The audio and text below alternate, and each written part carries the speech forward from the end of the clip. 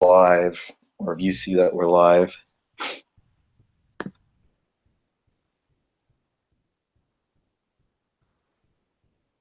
All right, we're good to go. Good evening, everybody. Welcome back to Omnibros Live.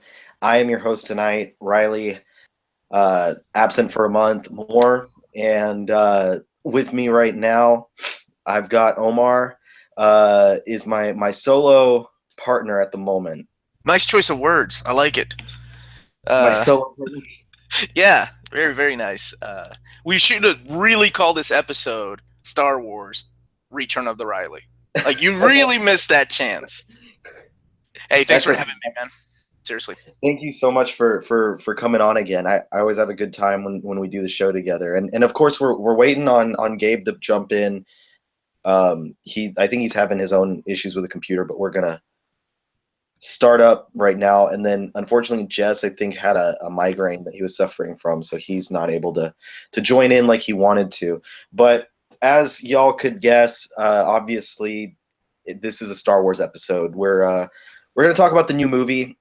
And it seems like we have three pretty decent perspectives. I really liked the new movie, and I'm a big fan. And then, Omar, you were telling me that you're kind of unsure how you felt. Yeah, basically, I went into the movie theater, and my first reaction was, oh, by the way, have we told them there's going to be spoilers, just in case? Oh, yeah. This is completely spoilers, no holds barred, because we're going into discussion about basically all the things that what we like about the movie, and then we also wanted to kind of talk about the issues and complaints that other people have had with it and what we feel about those points.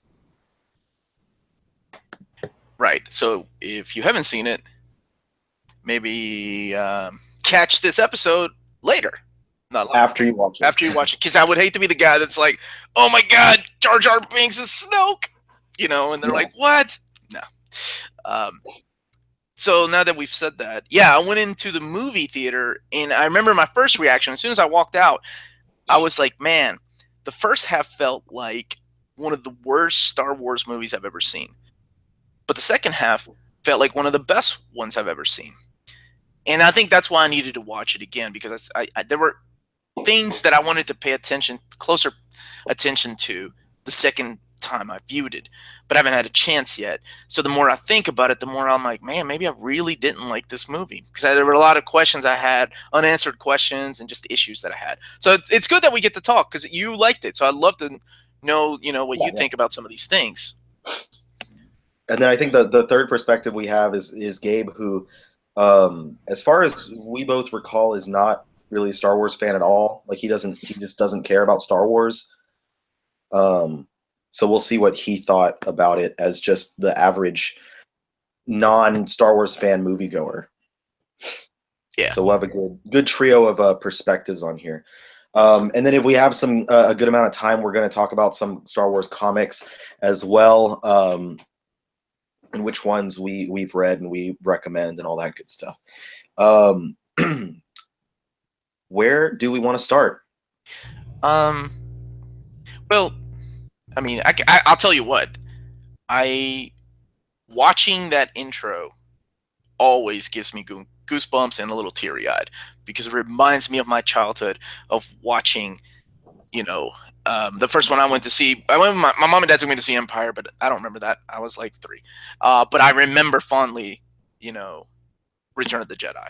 Yeah. And every time I see that, especially in a movie theater, considering, Lucas was like, I'm done with the series. Even the 90, even Phantom Menace, every time I see that opening up, damn, I get like, I become that 5-year-old again, man. It's crazy. I don't give a shit if like there's talking teddy bears in the movie, they're on Endor, whatever. It's just that feeling of nostalgia that you can't duplicate. Almost, it's just certain movies that do that to me.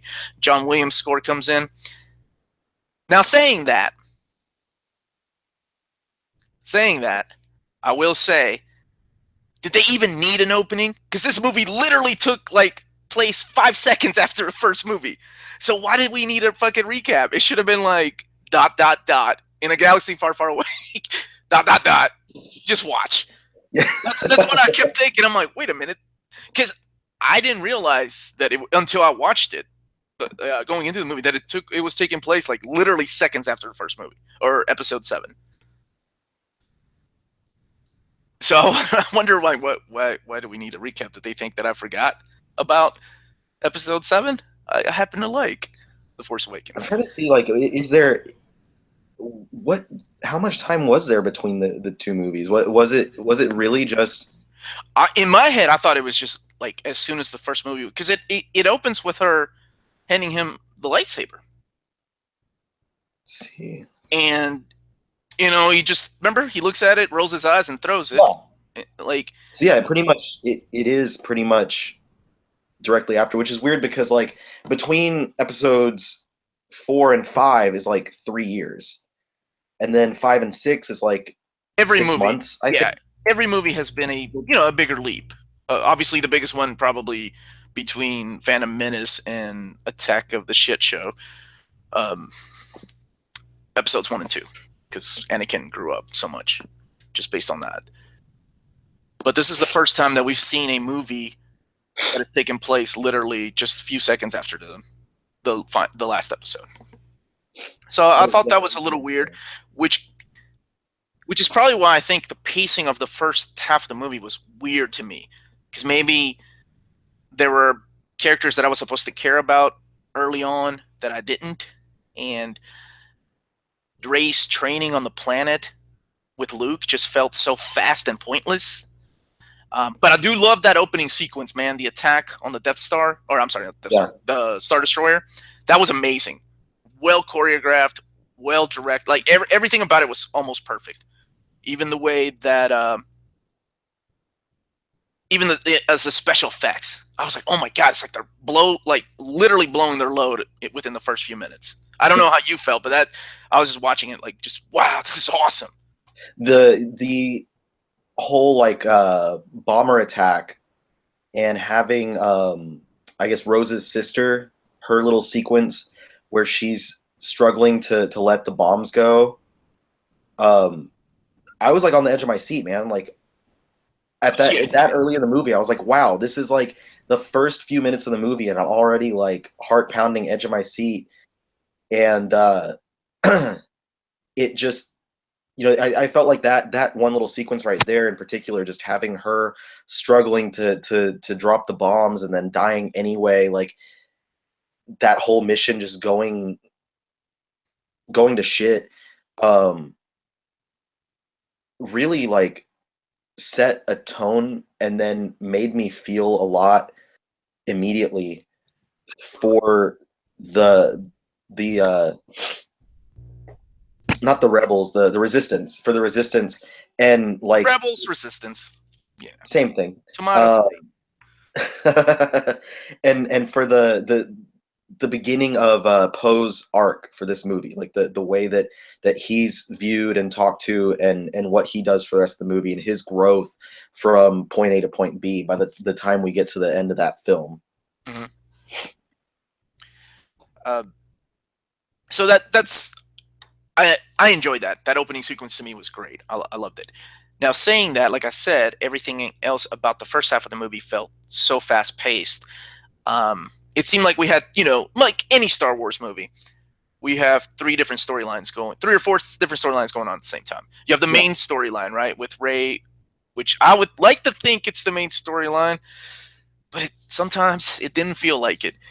With Rey and Luke, and then that connection with Kylo Ren. And then you have story B, which is Leia and Poe arguing with each other about how to deal with the enemy. And then you have story C, which is almost completely pointless, the Finn and Rose. By the way, I love Rose. I really liked her character. I sympathize with her because she's not your... How do I say this? I mean, she is like us, right? She is average looking, standing in front of all these like gorgeous Hollywood people in the rebellion, whatever, you're not your typical actress they would cast for something like this. I don't think. So I really liked her character. I felt for her. losing her sister and all that. I thought that was really cool the way she was introduced. But I thought the point of them going to get a hacker to break into this destroyer, and which we'll get to the second half of the movie, it's just was pointless. It was like nothing. Like there was no point in them doing that. It felt and I think that's what I hated the most was like that stuff with the casino. And I know Yeah. you've got a point to make about that. Reminded me way too much of Attack of the Clones and Yes. Phantom Menace. Just giant, gorgeous cities. I mean, you know, the landscaping and stuff aside, which is beautiful, by the way. The creatures, those dog creatures that they got on, and all those things. That just too many bad memories of overuse of CG to me, and that was trash. I'm like, come on, man. Not like I'm not saying that Finn was one of my favorite characters, but I liked him well enough, and I wish that they would have given him a better story or a better quest to do, because it felt like I always compare these things to the Pluto formula that Disney always used, like when Mickey, Pluto, and Donald went on adventures. Pluto was always stuck doing the pointless, stupid shit for like the entire episode that didn't amount to anything in the end. And then he rounded up and met up with his buddies by the end. Felt like that's what happened to Rose and Finn. Not only just riding the dogs, but then riding the machine at the end. I was like, oh, Jesus, man. Yeah, no, I felt the same. Like, and then just to add to your point with all the storylines, there's also a fourth storyline that you could say would be just watching the First Order people dealing with it. And that was another thing. It's like, okay, well, we'll get to that in a minute. I wrote down ID. I did. I really did. I wanted to make some points, and that was one of them, which we can get to in a bit. The 4 different storylines, and that one that you're talking about, with Finn and Rose going off to the casino world and doing their thing. I felt the same exact way. I was watching it, and like it was jarring because every time they would skip to that scene, because I'd be having a good time watching, you know, whatever's happening with Rey and Luke, or whatever's happening with the Resistance or the First Order, and then they'd skip over to their storyline with Finn and Rose, and it was just like cringe-inducing. Like, why are we watching this? And exactly what you said. Like, it reminded me of the really shitty CG that we saw back in the prequel movies, and it looks better. It was much better done than that, but it was just dumb, like silly, dumb stuff that didn't fit with the narrative of the rest of the film. Now, there's some positive in like the messages, I guess, that they were trying to portray, but I don't care how good of a message you can be trying to convey with your film. If it's not done well, then it's not done well. It's not good. And I don't care if you're trying to give us some sort of message about like, you know, the way that it's like, you know, some of these people out in the galaxy don't give a shit about the good or the bad. They're just in it for money and stuff like that. And like, that's fine, but you could have done it in a much better way. And you could have done it in a way that actually led to something that affected the plot more. Because from the moment that they leave, it's like, oh, okay, they have a mission to go do this, so they can do this, so they can do this. And then it's going to help everyone else, and that's how it's going to connect back. But then it gets fucked, and they get back, and everyone else figures out what they need to do without them at all. And they're like, oh my gosh, I'm so sorry, we messed up. And they're like, oh, don't worry about it. We got another plan. I felt like those Dragon Ball Z fillers where like Goku and Piccolo learn to drive a car. Yeah. Like that's what they did with Rose and Finn. It's like, oh yeah, give them something to do. That's the best. And that also pisses me off because exactly what you said, like give them something to do. And I'm like, no, like I enjoyed Finn in the last movie and I wanted to see more of him being developed as a character. And the only cool thing he got to do was fight Phasma in the whole movie. Like that's literally the only thing he got to do. And then Rose and that wasn't even that cool. Like honestly, like like the whole Chrome Dome delivery, I was like, what? It's like they let him give him they gave him like some dialogue. They were like, oh yeah, you can ad lib it, man, say whatever. I'll call her Chrome Dome. Yeah, that kind of, there was a little that's another thing about this movie. Like I remember walking out and people were like, "That was probably the funniest Star Wars movie I've seen." And to me, it felt maybe a little cringe-y, like some of the humor. The only part, the humor part that got cringy for me was in the whole casino and Finn and Rose's story. Like the rest of it, I was like, this is about on par with what I would expect. Yeah, it was like the slowest chase. Like, look, it is so important that you guys go ahead and get this fucking hacker now. But Yeah. instead, they're like goofing around at the casino. And I'm like, Let's free all these animals and help these kids. right, which I guess kind of sets up, the generations of, but whatever. There could have been better ways of doing this. Yeah. God, Yeah. It really, to me, it seemed like a lazy way for them to just be like, well, we have Finn. What is Finn doing? Let's give him this other plot line and then go. And they put like the least thought into what to do with him. And it was boring and jarring because every single time, like I said, it switches between storylines and you switch from something where you're like, invested and it's like some action or drama, and then all of a sudden fucking like flat-faced horse dogs and little kids in stables and little fat aliens shoving coins into BB-8 for laughs. Like that's exactly what it was. It's very, man, I hate to almost say this, it's very Disney/Marvel kind of thing, kind of humor that they almost put in most of their Marvel movies, and I kind of, it gets overused a lot.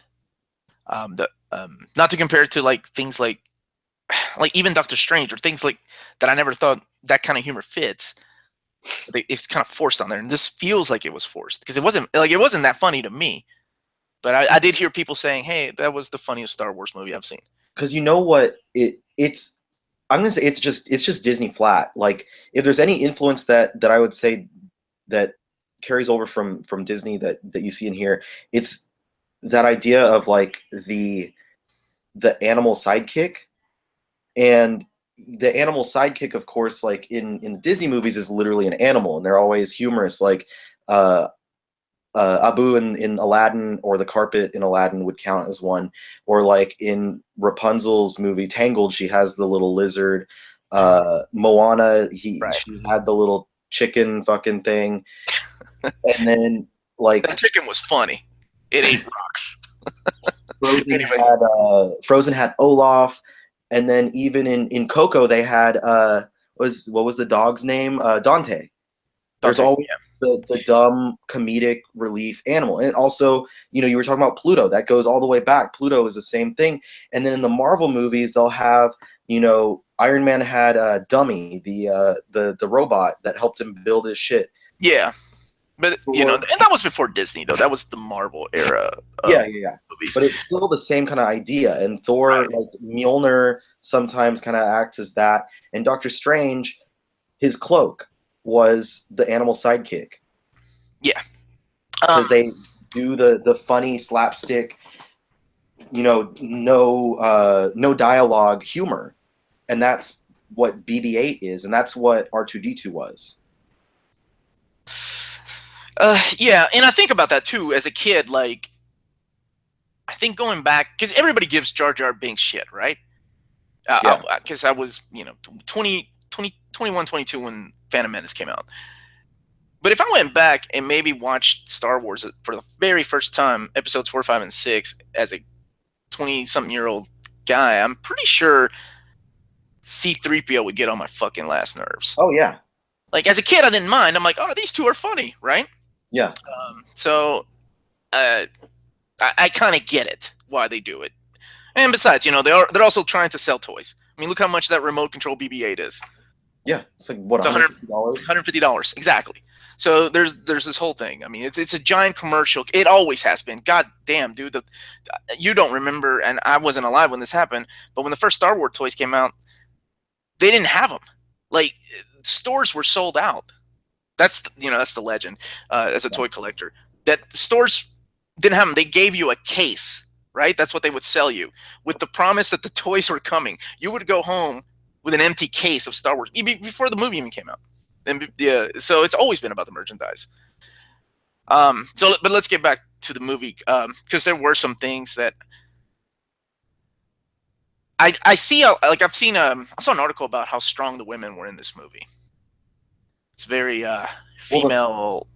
the first thing that my wife said as soon as the lights popped up is she goes, Laura Dern is a badass, and she's always been a Laura badass. Dern's always been a badass, and she's so smoking hot too.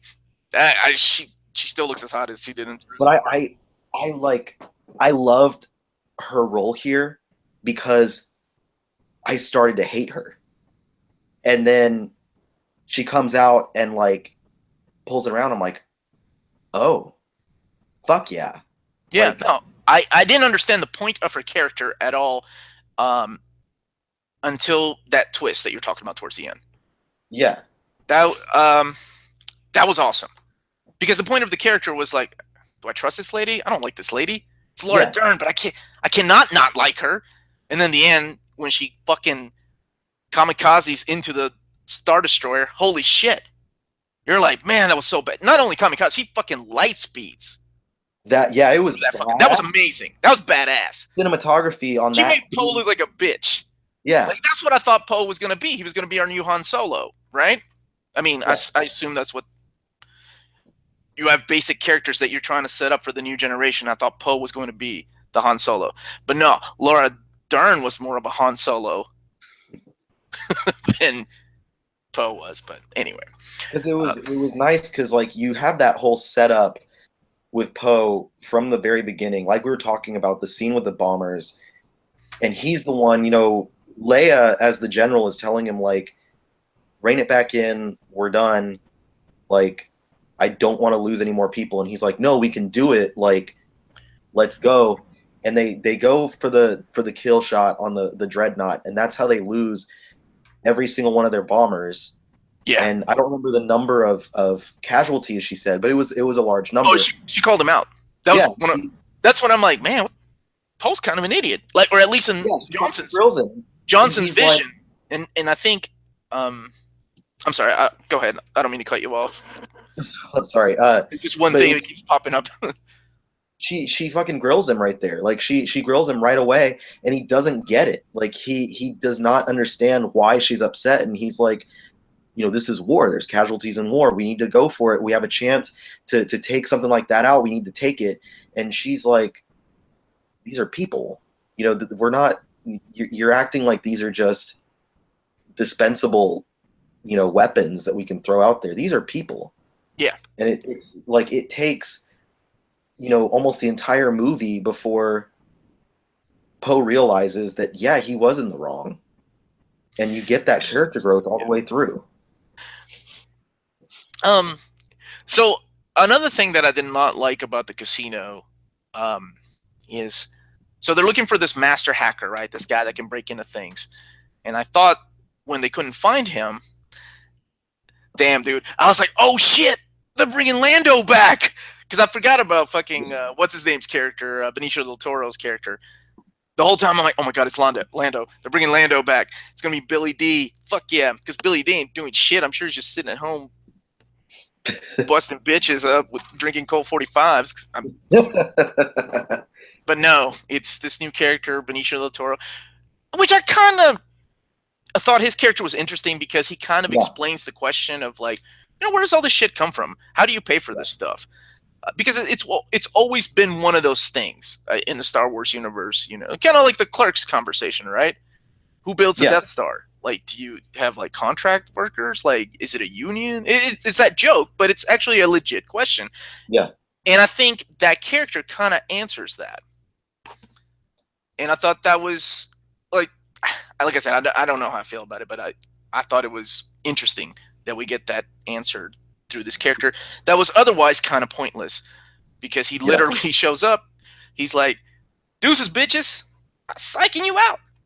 And he was the coolest part, or he was the best part of that whole sequence of them, because you get that.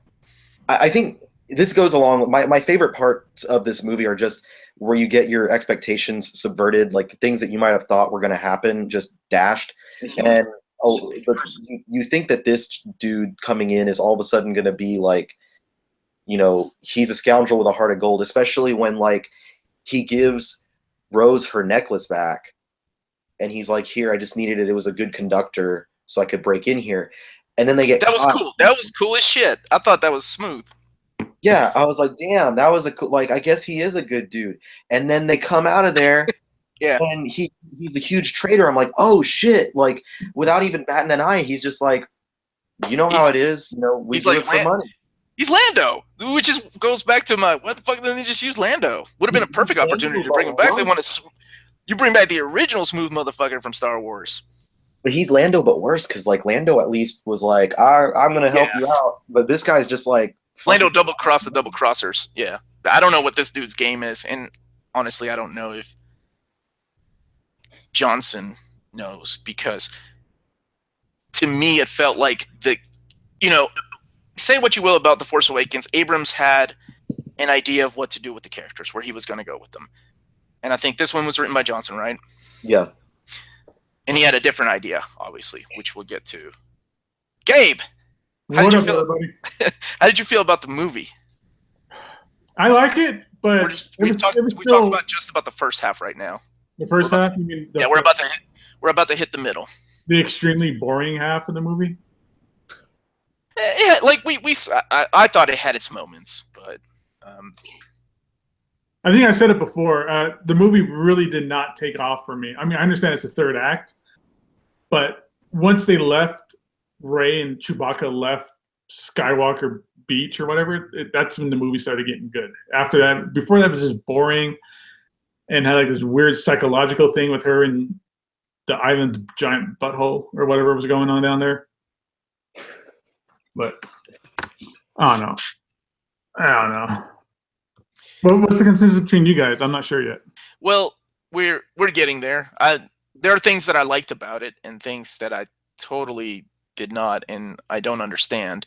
How did you guys feel about Leia using the Force? There you go. Like, what did you guys think about that? We'll get on that, because that's kind of like almost a halfway point of like. It's, you know what? I'm the self-confessed not Star Wars fan of the group. I think we all kind of know I don't like Star Wars too much. But I felt her having Force powers and her using it to that capacity almost breaks the rules of the Force that they've established before. And it also just makes the Force seem very small, that it's only around like Skywalkers, or like the only people that can use the Force now. So I felt like the executions like looked a little odd.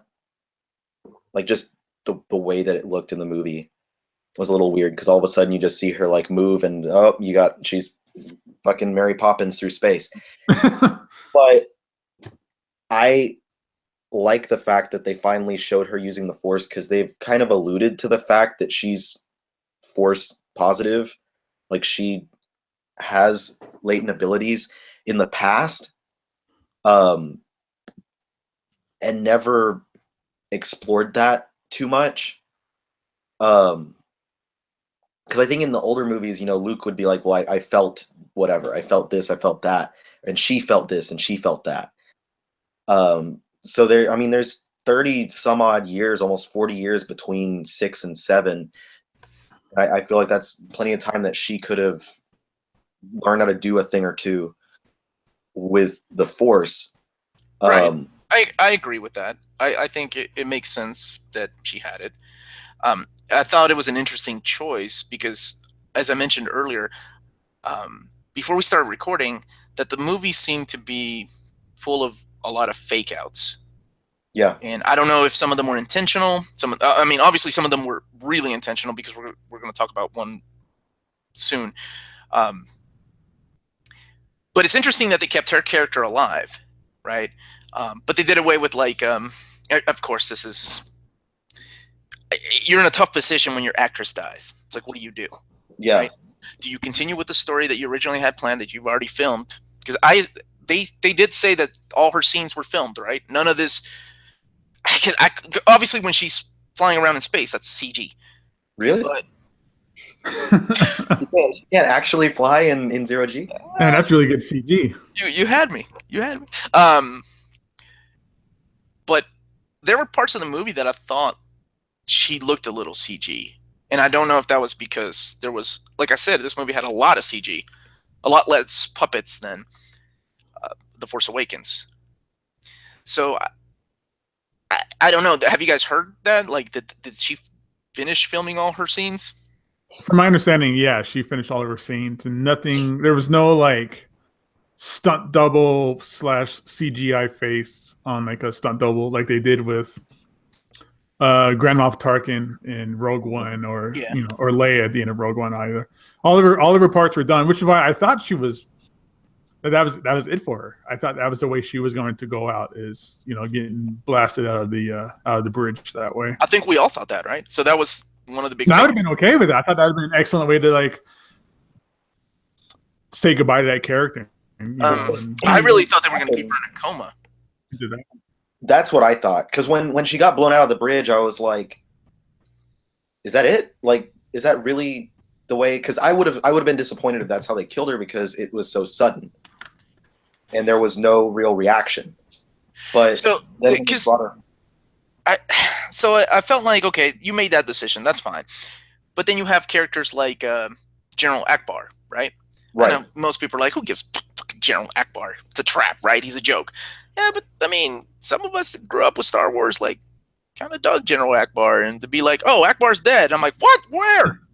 Yeah, he's in all the movies practically. Like Cyclops died off screen. That's shit. Then you had so that was a little weird, and then the decision to have this little unnecessary cameo of what's her name, Mom Mothma, the big eyes, Mass, to send him off on this she's the one that kicks off this weird, pointless mission.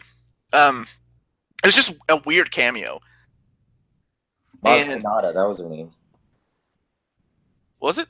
Okay, yeah, I can't remember. Who seemed to know a lot more than she let on in the first episode, right? She's like, yeah, you got the same eyes. Anyway, so that leads to the big middle of the movie where I'm finally like, man. So by this point, I'm like, I don't know about this movie. It's really not that good. Wait, real quick. I know I came in late. Did we talk about all the great humor at the beginning of the movie? Was that sarcasm? I feel like you guys have been. It is sarcasm. Yes. Holding for Hux. Holding. I'm still holding. Like that whole exchange was. I don't know if you talked about the humor or not, but that felt really flat and terrible. Well, and it's not like John P mentioned. It's not like Star Wars hasn't had humor before. That's not what I'm saying. I'm saying this felt like a different style of humor. It felt like like Earth humor. Like, I'm surprised it didn't have like a cell phone conversation. You're right. It felt like Earth humor. I think that was going on or something. Yeah, that felt like precisely what that felt like was the Family Guy Star Wars parody, where Peter is acting as Han Solo, and he's like having these conversations with people. And there's the one scene where he goes in, and you remember in the movies when Han goes out and like takes down that one stormtrooper or whatever, and then gets on the microphone and he's like, we're all good. Everything's fine. Good. And then in the Family Guy one, he's like, how are you doing today? And just has like a conversation with a person on the other side. Right. And that's kind of exactly what this feels like. So we talked a little bit about that. We talked mostly about Casino Island. Yeah. Or Casino Zone from Sonic the Hedgehog. I will say, like we mentioned, I mentioned this earlier, that the settings and the designs and the sets just beautiful. Like this, honestly, that I did think this in the movie theater. I'll be surprised if this is not up for some kind of nomination, because I think especially the second half when they get to that one planet. So middle of the movie, the entire time you have Luke. Like I said, he rolled his eyes, throws a lightsaber. He's with Rey. They trained for what? How long did you think it was? Was it like 3 days, maybe? It's like 18 hours the whole movie takes place in. Well, there were daytime and nighttime scenes at least on that planet. Okay. So I don't know how big that planet is and how long its days are, but a few days on that front. Okay. And I think this is where, as a director, and as the writer of the movie, you have the impossible task of satisfying everybody, right? It's like everybody in their head already imagined at the ending of episode 7 how Luke is going to interact with Daisy. Oh my God, Rey. Thank you, Rey. You thought something, I thought something, but it might have been different. But in our heads, you know, I'm like, oh, this is gonna be cool. Yeah. So you have this impossible task of just satisfying everyone. It's not gonna happen, especially when you're a fan, right? Like fans in their head, they've been waiting for moments like this for years. They've been waiting to hear an old Luke based on comic books, like, you know, you grew up reading some of the novels and some of the video games, and then of course the comic books, Dark Empire. Where in your head you're like, man, Luke's a fucking badass. Why didn't he come in at the end? Because in my head I was like, holy shit, I really thought for like 5 seconds Luke was gonna show up like a fucking Super Saiyan and stop the fucking death beam at the end of episode 7. Now that's the fanboy in me, right? Never happened in a serious movie. So the training sequence, it was weird. I felt it felt disconnected. Something was off. I believe I agree with you how you said that this is a lot of fake outs in the movie. And I think they've been playing with fans for a long time. The trailers made it seem like it was going to be like this really long training montage between, like Rocky style, between Rey and Luke. And what you got in the movie was just like old, dirty, disgruntled Luke Skywalker, Jedi Master, who's cut himself off the Force, just pestering, you know, Rey for the most part, making her sleep out in the rain and things like that. And almost like a mix of like Yoda and I don't know, not really Obi-Wan. Like but not crazy. We all expected those training scenes to be much more than just her playing around with the lightsaber. Absolutely. Well, at least I did.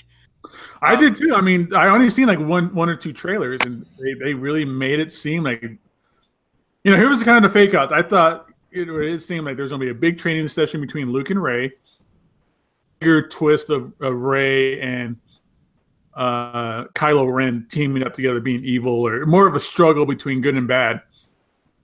I didn't get really any of that at all. Getting the lightsaber and just chucking it behind him was stand out either. I can understand him, you know, that being a symbol of him kind of with, you know, his dad's lightsaber and stuff like that, but I could have seen like throwing it into the ocean more around or something like that. But throwing it behind his shoulder was just too wonky and wacky to me. The message of the movie overall, I mean, even in the trailer, is, you know, throw away your past and become who you were supposed to be, right? And I think they that theme keeps getting played over and over within the movie.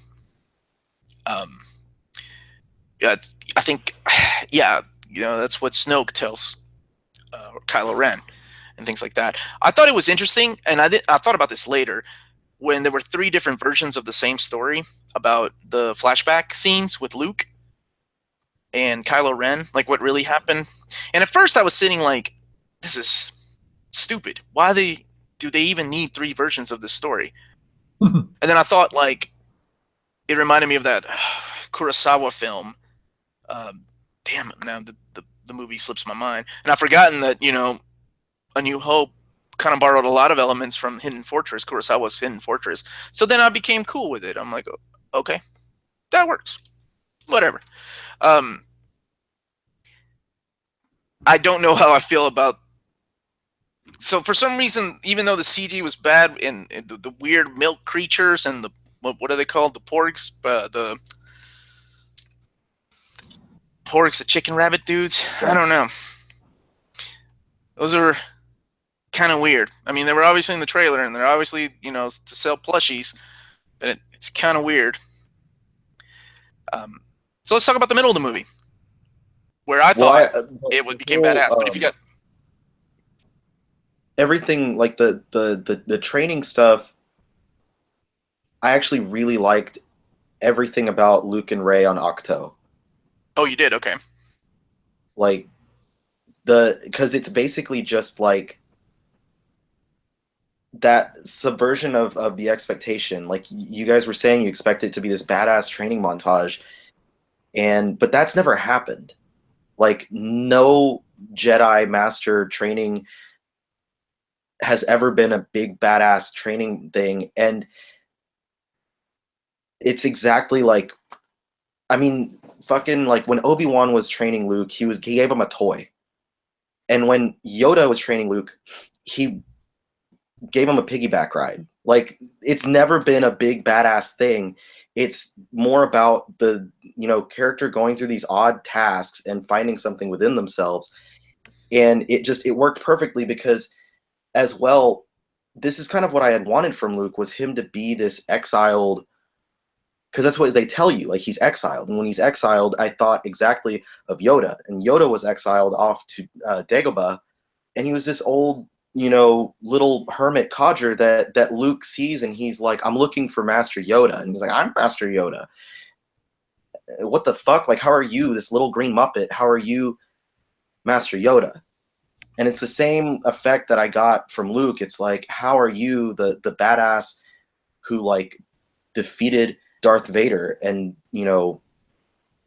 saved the galaxy against the evil Empire almost 40 years ago, this guy? And it's like, oh, because he's gone into exile and he is trying to leave away the ways of the Jedi because he has seen the flaw in it. And that was a major element that worked with me, because as a fan of the series growing up, the more and more I grew up, the more and more I saw that was wrong with the Jedi and how wrong their kind of thesis on the galaxy is and how wrong they are about everything. They're so just black and white about everything. And it's just the like religious extremists. And finally you have them like coming to terms with the fact, like, yeah, the Jedi are not very good people. They happen to not be the Sith. And finally you have like Yoda coming out, and the Yoda thing was really awkward. I thought that they should have just stuck to Force Ghosts instead of pulling out a Jim Henson Muppet. But him coming in and being like, dude, Luke, you don't need the Jedi Temple, you don't need the text, you're already going away from the Force and all the Jedi stuff. She knows what she needs to know. Like, she's very strong in the Force, and she's not going to learn anything positive from you. Like, you Okay. helped guide her as much as you needed to. I think I would have been better with that if seconds had not taken place between the two movies. If a year or two had taken place and she had already been under Luke's tutelage, like, teaching her the ways of the Force. Because, like John P. mentioned, she had already faced Kylo Ren. Yeah. Right? So she had already had some kind of use of the Force. She's tapped into it.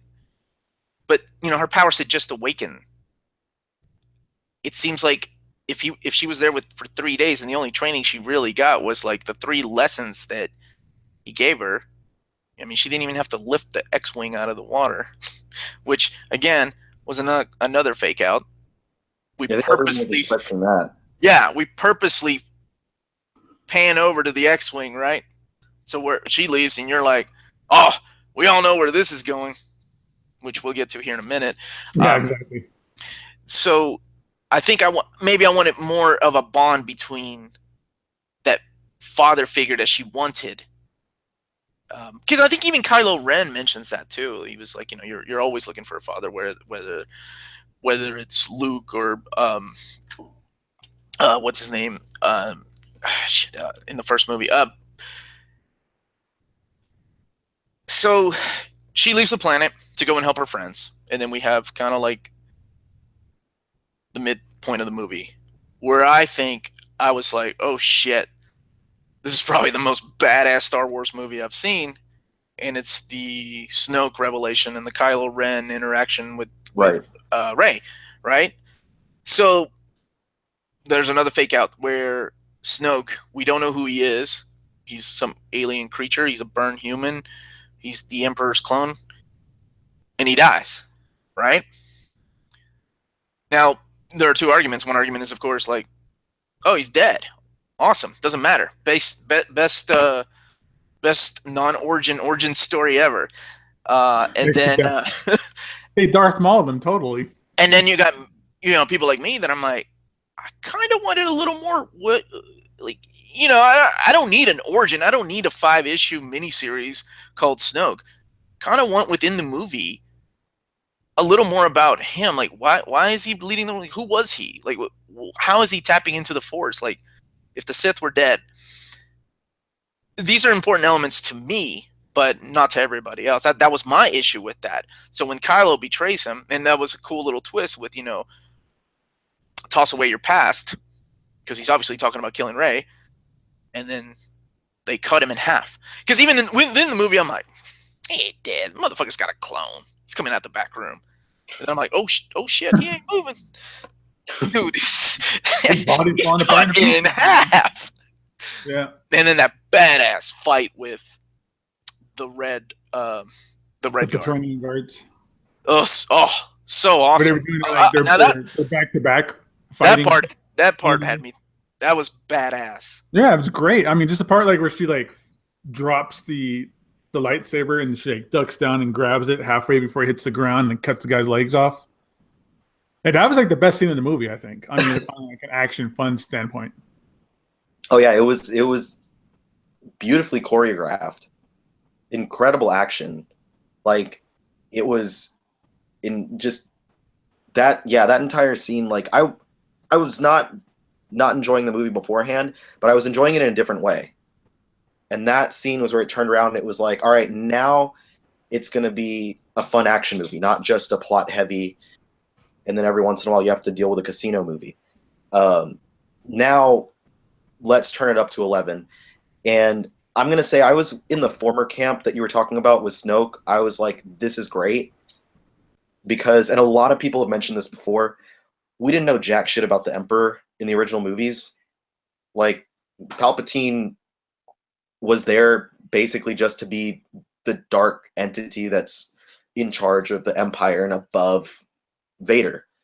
And he dies at the end of the original trilogy without us knowing anything about him until decades later when the prequels came out and they told his whole story and Anakin's whole story and Obi-Wan's background and all these characters' backgrounds and stuff. And so I didn't necessarily feel like we needed anything more from Snoke. And yes, I am curious. And yes, I do want to know more. But my enjoyment of the story right now is not hinging on the fact of whether I know anything more about Snoke or not. And I know that eventually we'll learn. If it's important, we'll find out about it. But if it's not important, then we'll find out about it in a book or in a comic or in a cartoon or in something else. And that, to me, is okay. Like, if it's not important to the story of this trilogy right now, then that's okay. But the fight scene, after they kill him, and I did not expect for him to die. I did not expect for Kylo to kill him right there. When I saw what was about to happen, I was like, this is fucking great. That is a twist that I'm very happy with. It's unexpected and it's awesome. And then they start the whole fight. And the fight made me happy on multiple levels. One of those being, you finally get the Crimson Guard doing something.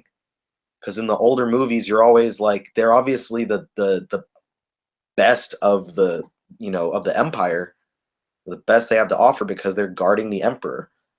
So now we finally see them in a movie like kicking ass and taking names.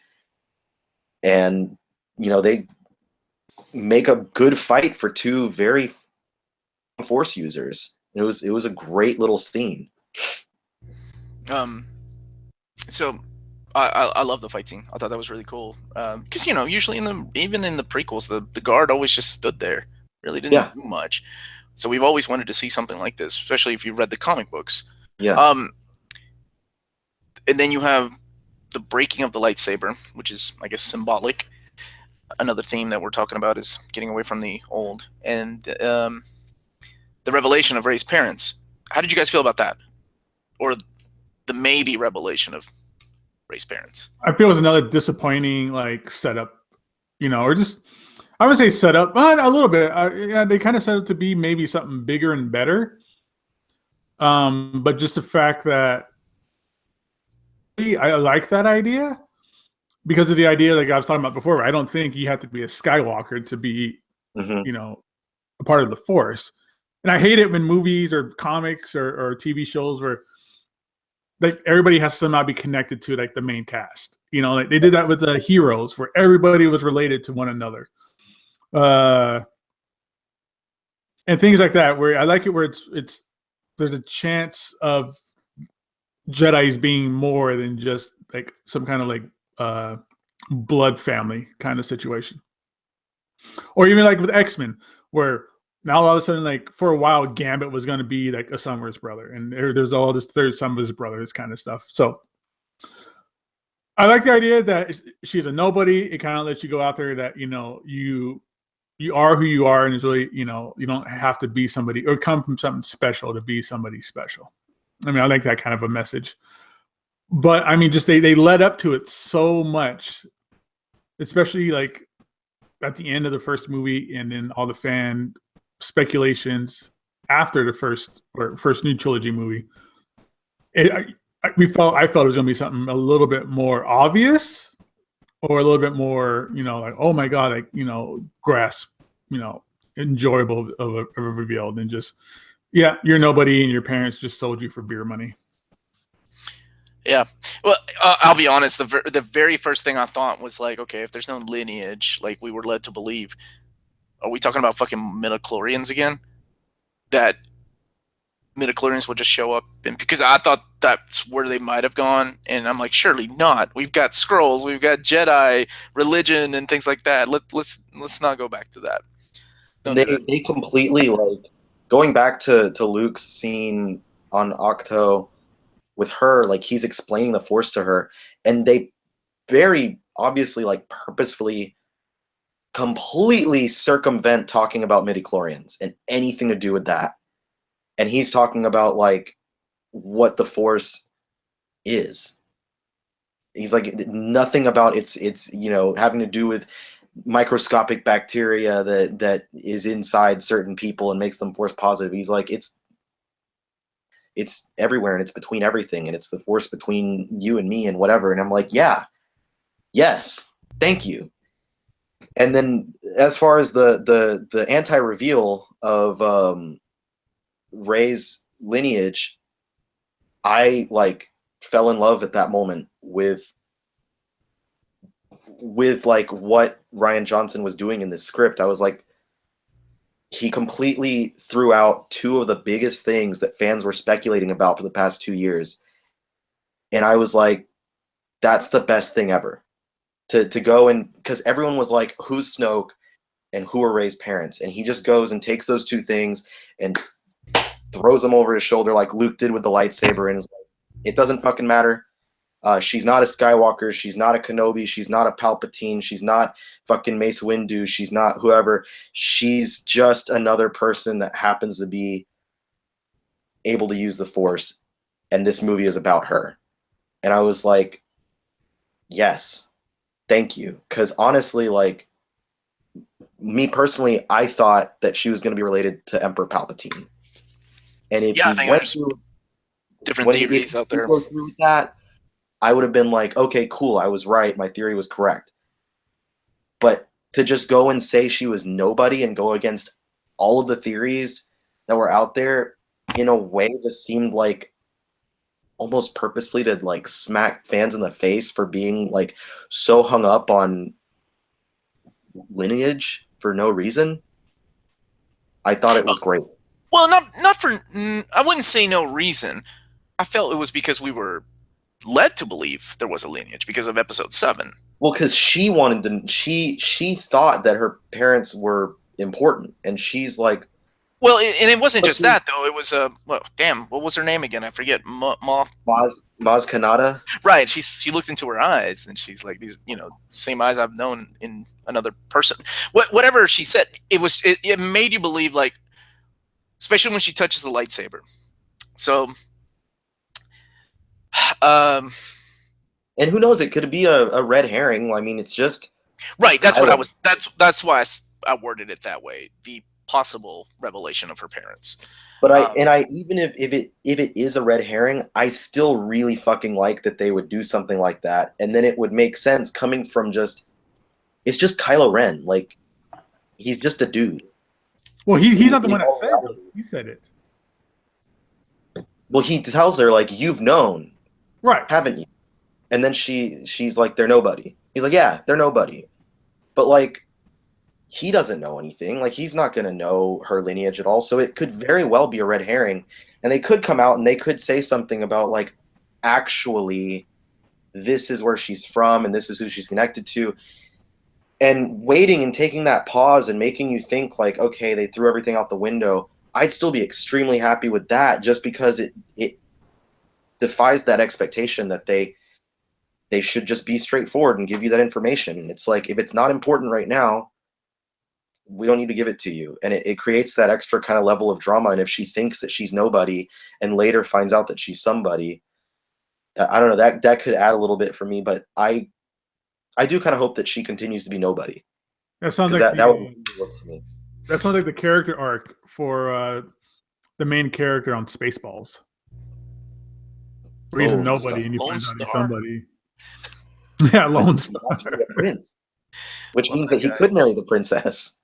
Hey, Gio's on the chat. We should make him jump on. Jump in, Gio, if you can. He loved the movie, so I'd love to hear his thoughts. Because yes, at the end of the day, guys, whether you loved it or hated it, this is just a fucking movie. Everybody has their opinion. Some people think it's like It's gotten crazy. I've never Yeah. seen a petition for a Star Wars movie to be removed from canon. That's insane. Not even for Attack of the Clones did that happen.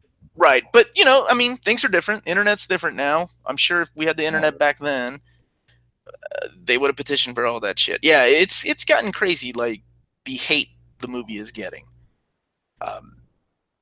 People like the whole Reddit and Rotten Tomatoes ordeal, where people are purposely voting it down. I understand you come out and you're like, all right, I didn't like the movie, but then it's like starting this just vengeful army of people like it was the worst thing and it ruined my childhood. And I kind of feel bad to even say anything about that because of how like really shitty I talk about Batman versus Superman. That movie was so bad it pissed me off. Right, but you didn't start a petition to fucking get it. I didn't. I mean, if there was one, I wouldn't sign it. Like I'm not that dumb.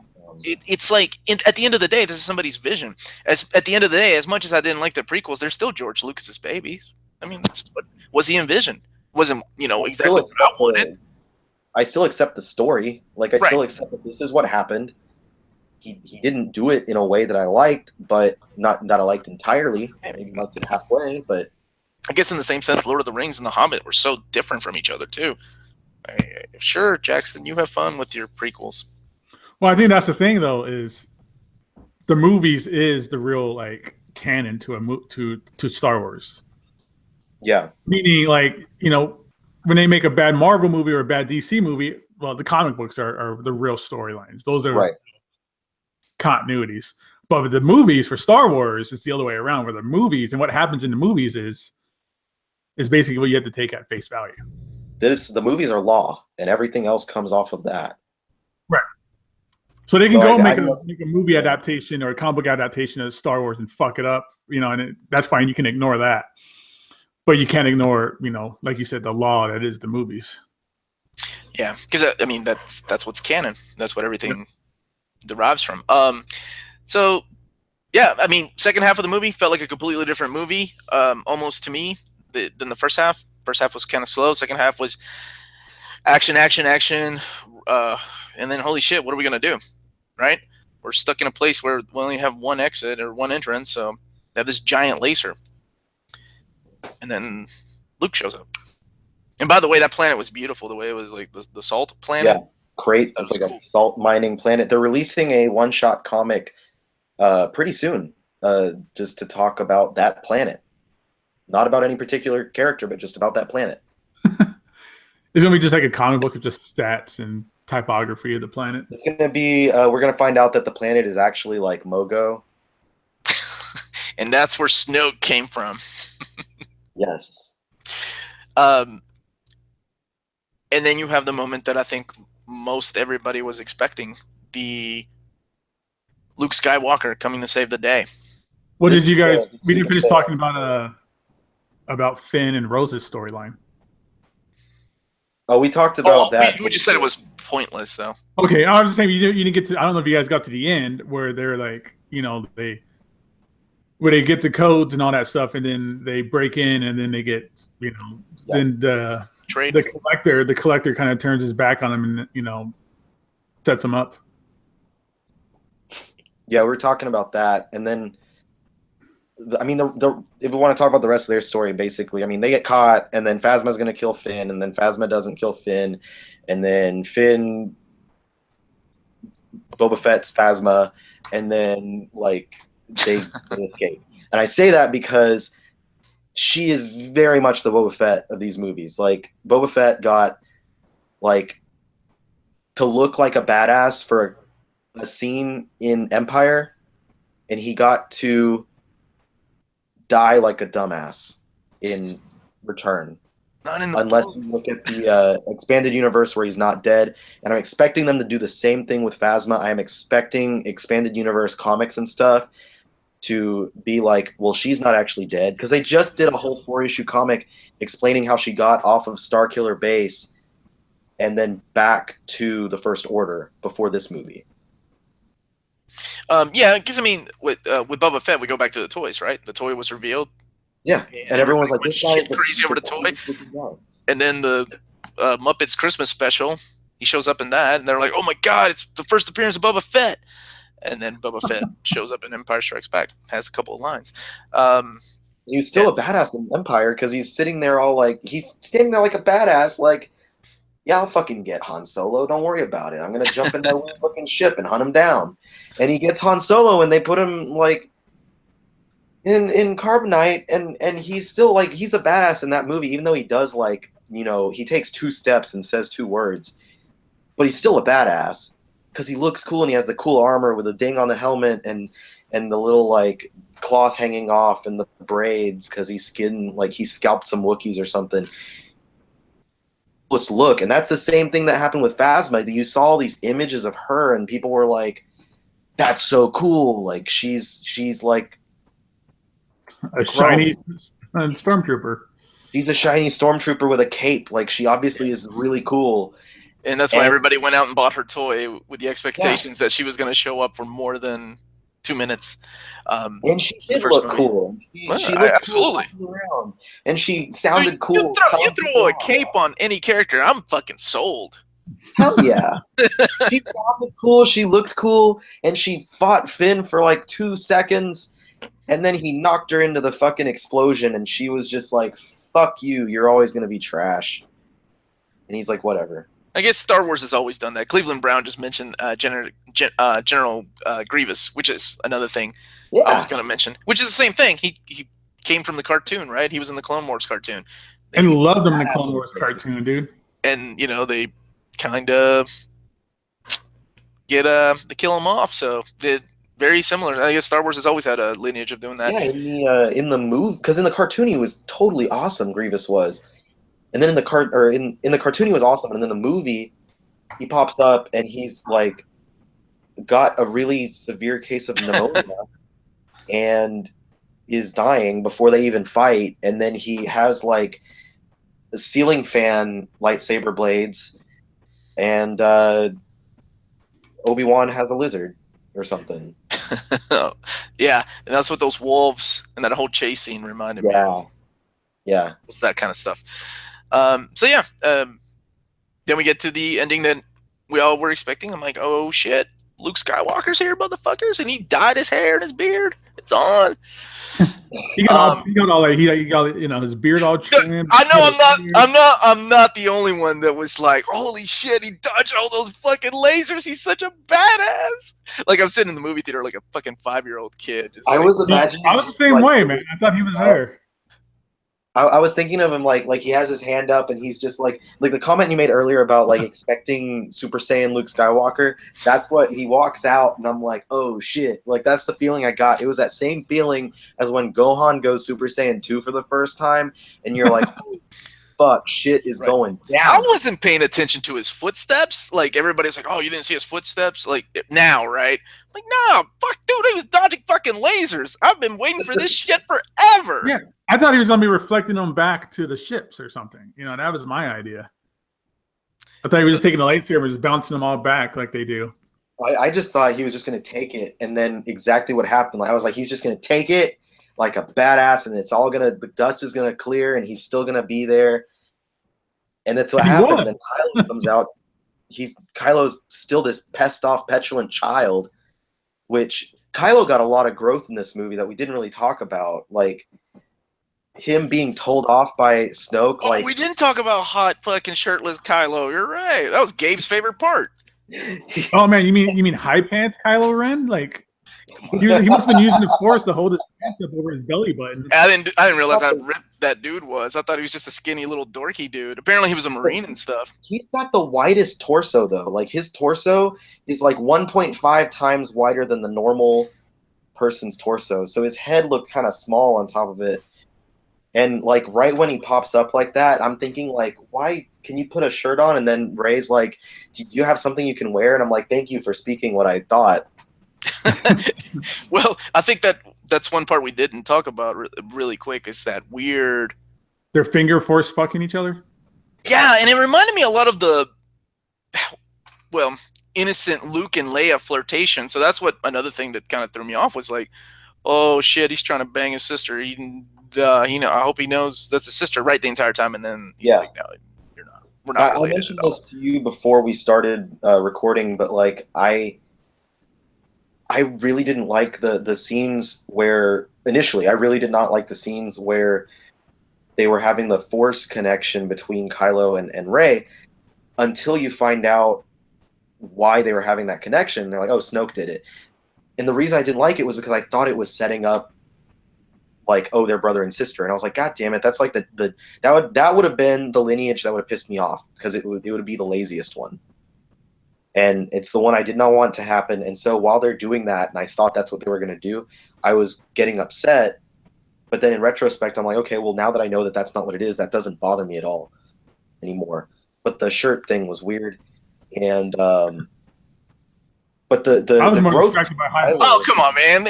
Everybody needs some fan service. I was okay with that. I mean, I would see it with my cousins, and they were both like, damn, Kylo's hot. And even I was like, damn, Kylo's kind of ripped. I thought he was a skinny dude. The part that I really liked for his growth was because in the last movie, everyone's just like, he's just a little fucking brat. Like, he throws temper tantrums and, bangs things up. And he's actually growing from that point. Snoke brings him in, is like, I'm disappointed in you. You're not ever going to be Vader. You're just a fucking child. Take off that stupid helmet. So he takes off the helmet. He destroys the helmet. Like, destroys the thing that's like him trying to be the next Vader. And he's like, fuck it. Like, fuck all of y'all. I'm doing my own thing. Like, I'm going to kill Snoke because fuck that guy for insulting me in my helmet, my cool looking helmet. And now I'm going to take everything over. And he's like, has this new drive. And he's like, I am the captain now. Like, that is, it's his ship. I've always enjoyed the overpowered, whiny bad guys. For some reason, I always think they make excellent villains. And that's how he started out. And you're right, he is evolving. I like Kylo Ren. I like his character. And actually, to really quickly plug my show, one of our episodes is going to be my buddy seems to think that my co-host that Kylo Ren is a better villain than Darth Vader. So I'm totally against that, but I guess we'll see. That's big. That's big sayings, man. Your friend got balls for saying that. I know, no shit. And he's the bigger Star Wars fan than I am. But let's just finish this up with Luke, right? Everybody, yeah. I think at one point, most of us were sitting there going, okay, he's not going to make it. This is the biggest, because the entire movie by that point, I'm like, everything has been a fake out so far. He's not going to live. This is before I found out that he was, just a projection. I did not like the way that Luke died because it confuses me. And I'm not... I will say I'm not the biggest, like, Luke Skywalker fan. Even as a kid, I knew that you hung out with the bad guys because the bad guys had the cooler outfits. They had the women, and they and they had the themes, which was another thing missing from this movie. Is I miss, say what you will about the prequels, fucking Darth Maul's Duel to Fates.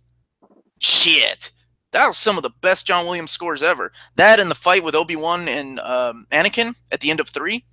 There's some amazing scores. And the only score I can think of that stands out in this one is Rey's score, which is really pretty. But I like the villains. I've always liked the Empire March. I've always liked Darth Vader's. For some reason that, like, it's... John Williams didn't...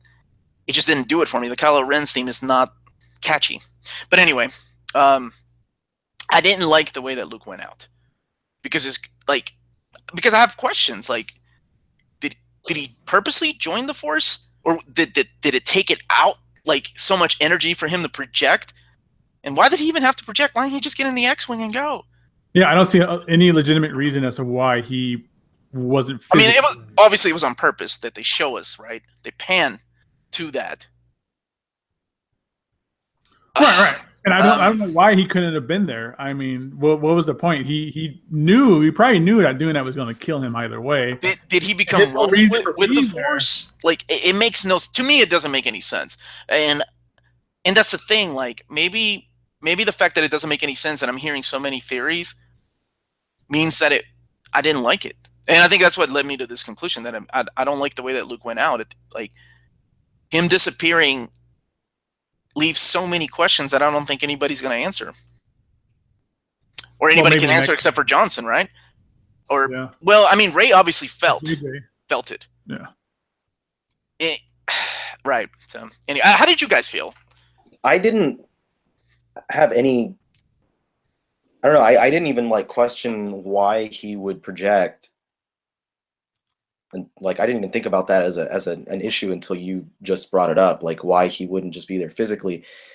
Because I thought it was badass that he was, strong enough in the Force to project himself elsewhere to fucking take care of business. And take care of business he did. And it was like the fight itself between him and Kylo Ren was really cool, because you get that final duel. And he tells him, like, hey, I'm sorry. Like, he apologizes for trying to kill his nephew, regardless of the fact that he's like, well, I did, but then I stopped myself, but Kylo was too late, and Ben saw what was going on, and that's when I lost him, yada yada yada. But he tells him, like, I'm sorry, and then Kylo Ren just rushes him, and at that moment I was like, oh, is this it? And he doesn't die there. And there was that, and then one other thing that told me that I was like, something's weird here. Like, this is not... Either Luke is already dead, or this is not... It's some sort of weird thing going on. And that's that he had the lightsaber. And the moment he comes out and uses the blue lightsaber, I leaned over to my wife and I was like, that's not his. That lightsaber broke. And then I leaned back over, and then, a couple minutes later, we see him over on Octo, and you realize that it was just, he projected himself over there, and I was like, oh shit, like, okay. And when he passes and he disappears and the robes go down, it was like exactly what happened with Obi-Wan. And for that matter with Yoda, they just let go of themselves into the Force. And I was like very satisfied, because I felt like he was satisfied with himself and let himself go. It's like, I've done what I need to do, and now I'm going to become one with the Force. And now I'm probably going to start bothering people as a Force ghost. Okay, so that's your take then. Yeah, I felt like he purposely joined the... Yeah, like it not that... I mean, it might have been a little bit of, he's expelled so much of his energy, he's an old dude, but I think that a lot of it had to do with him deciding he's completed what he needs to do, and he's letting himself go and becoming one with the Force, because maybe now he's learned more about his place in the universe and his place as part of the Force. And it's not all about midichlorians anymore. It never should have been. It never should have been. So yeah, like I said, I need to watch it again, because right now I don't know. I don't know where I stand with this movie. Seeing it one time and just I don't think really solidified like how I feel about it, because I have a lot of questions that I think watching it again will probably answer. Yeah, I saw it twice. Oh yeah, you did it twice already. Because the first time I saw it like in a late showing, like a 10:30 p.m. showing. So I was kind of nodding off towards the end of the movie, and I didn't see Luke Skywalker die. What? Like, I saw the whole fight. I saw everything. I saw him like doing the cross leg floating over the stone thing, and I just nodded off for a couple seconds, and then all of a sudden I was just like, they're talking about how he was dead and how they lost him, and he was at peace and had a purpose. I leaned over to my wife. I was like, "Did Luke die?" And she's like, "You fucking fell asleep. Like, what's wrong with you?" So I had to go back and see it again. What do you fall asleep to that? Dude, what the hell? And so I see it again. I'm like, it just disappears like out of nowhere. Like there's no like, again, it's expectations that you expect that he's gonna go out in a bigger way. Or like dude, I fall asleep through like TED Talks or when my wife's like telling me a story about school. This is fucking Star Wars, man. I told you Star Wars isn't my big bag, but all right, I'll give you that. I want to go back and see it because I do, I do like the character. I do like the stories and all that stuff. And just to know that he died, I missed it. I was like, let me see this again. So I see it again. He just he just blinks out of existence. He just watches the two sunsets and then he just, that's it. He turns into a force fart and just, kind of leaves us forever. So I thought it'd be bigger. It'd be more of a build up or more of a, I don't know, more gravitas and more of a meaning behind it. It was a good reason to do it and all, but it just wasn't what I think I wanted to see, or that fans wanted to see, or that seems to be the problem. Everybody's complaining because it's not what they wanted to see happened. But it just felt weak. It just wasn't an exciting end to.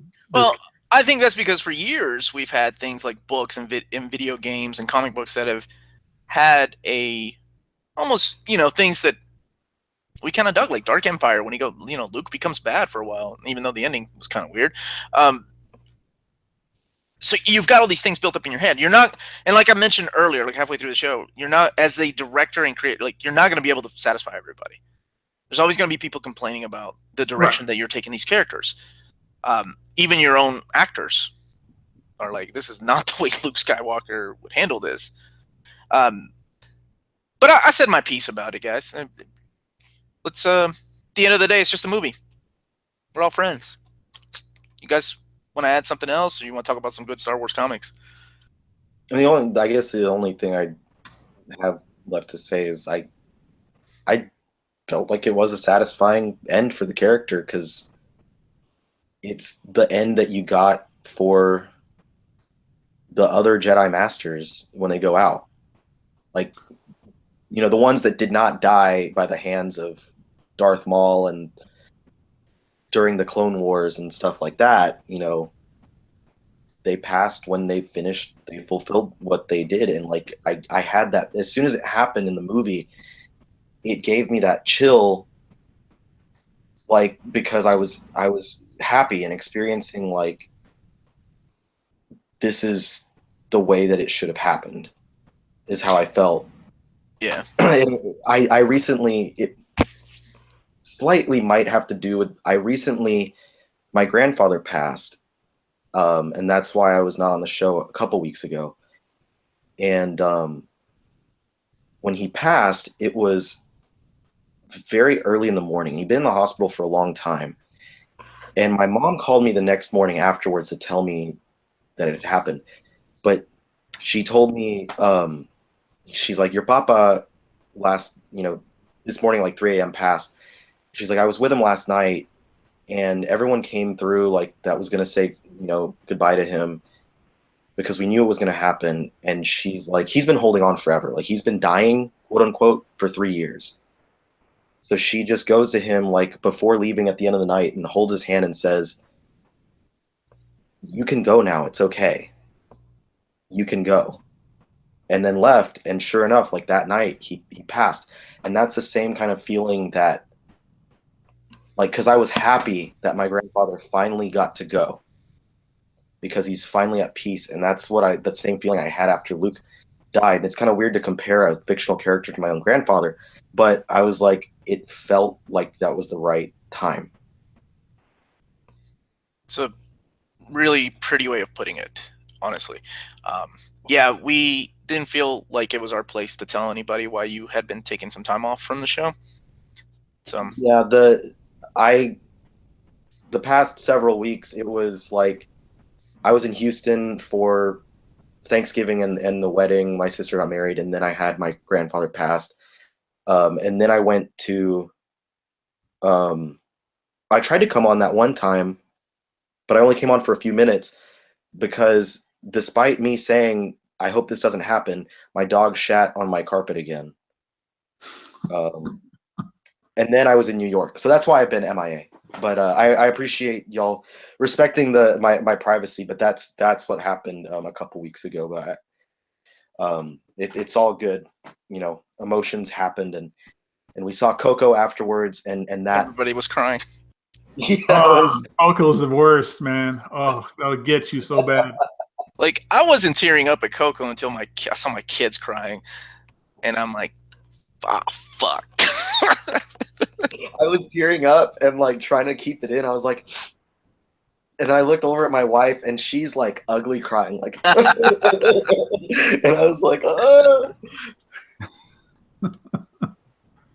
Well, it's good to have you back, man.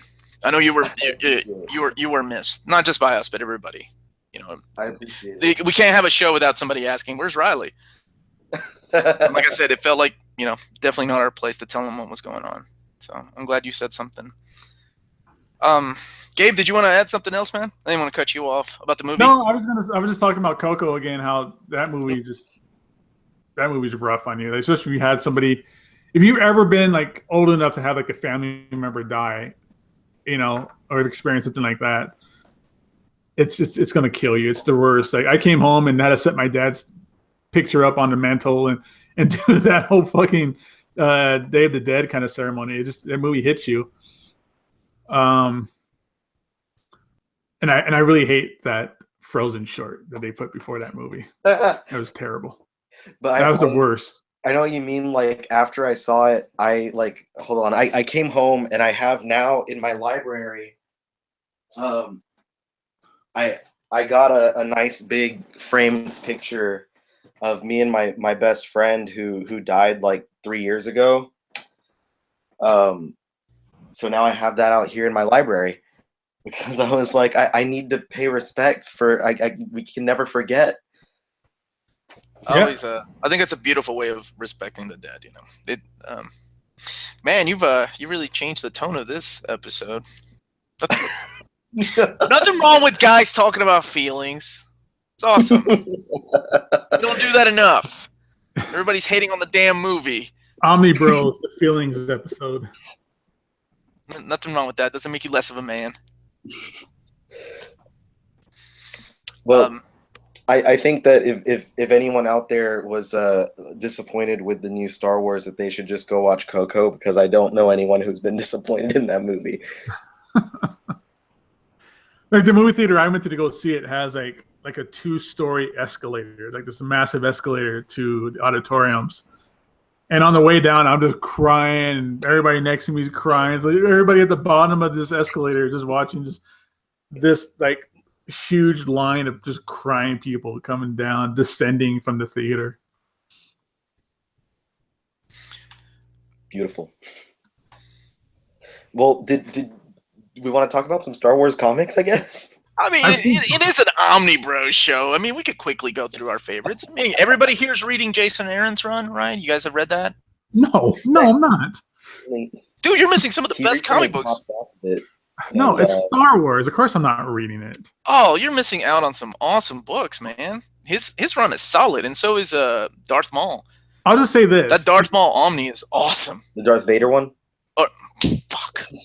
Darth Maul had a miniseries. God damn it! I confused Darth Maul with Darth Vader. I just lost all my fucking geek cred. 2 months ago, I guess. Kieran Gillen took over from Aaron on Star Wars. Yeah. Yeah, And John Wilson's favorite writer.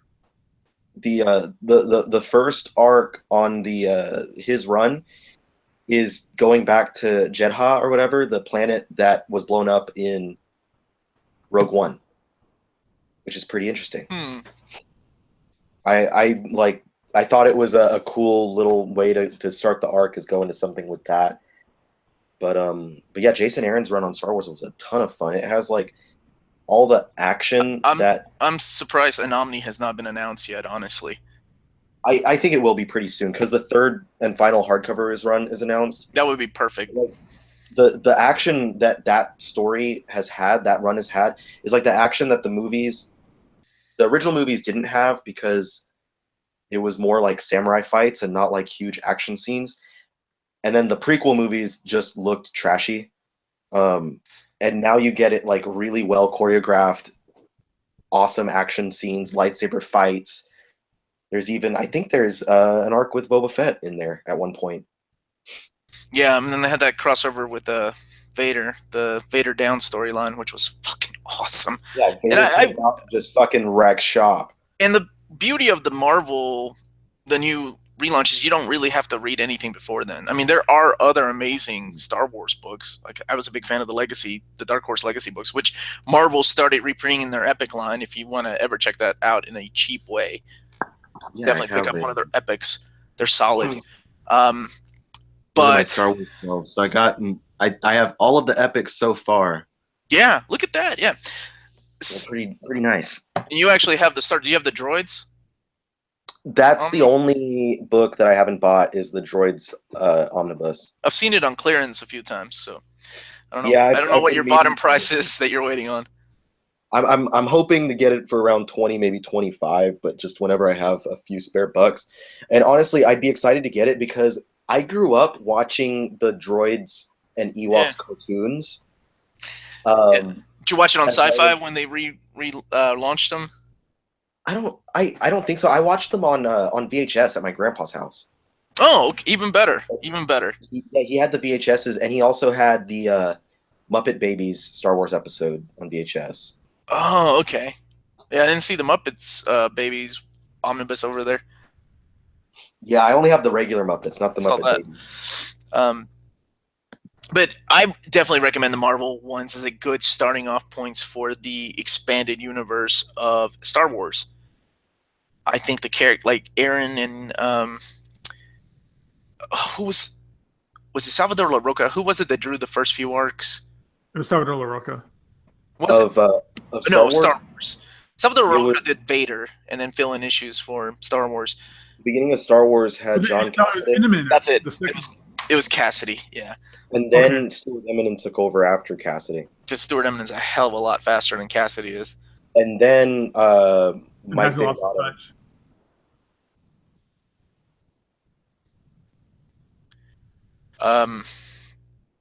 There's have you read a lot of the miniseries and stuff?